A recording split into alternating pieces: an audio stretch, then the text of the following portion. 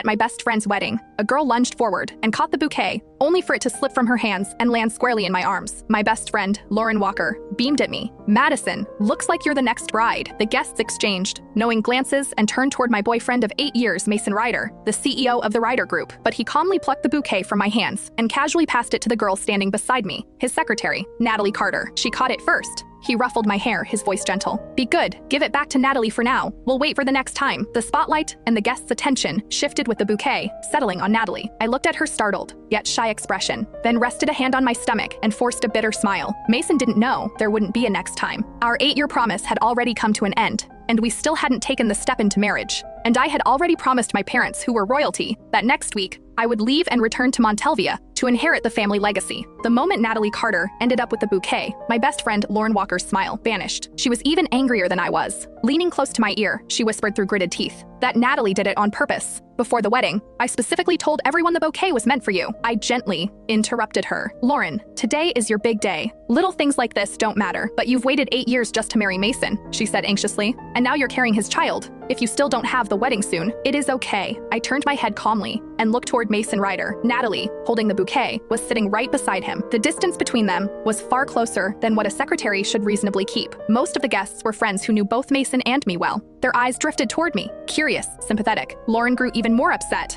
and squeezed my hand tightly. "Madison, I looked into Natalie earlier. She is a calculating gold digger who specializes in seducing rich men. She has been trying to get close to your boyfriend for months. You need to be careful. Lauren, you're the most beautiful bride today. Don't worry about me." I squeezed her hand back and gave her a faint smile. "Besides, I'm not planning to marry Mason anymore. I haven't even told him I'm pregnant." My words were so shocking that Lauren's eyes widened as she stared at me in disbelief. After a long silence, she finally remembered that the wedding ceremony still had to continue. When the wedding ended, Lauren hugged me tightly. "Madison, if you need any help, just tell me. I support whatever decision you make." "What decision?" After she left, Mason walked toward me, calm as ever. "What were you two talking about just now?" Out of habit, he reached out and draped an arm over my shoulders. I shifted slightly to the side and avoided the gesture. "Nothing." He didn't seem to mind my reaction. With a soft laugh, he said, "Are you angry? Natalie caught that bouquet first, after all. She is a young girl, of course. She dreams about weddings. Catching the bouquet was just her way of borrowing a little luck. Didn't we agree? We'd wait for the next time." He leaned closer, stroking my hair as he patiently tried to soothe me. "Why care so much about Lauren's bouquet? When we get married, I'll prepare an even more beautiful one for you.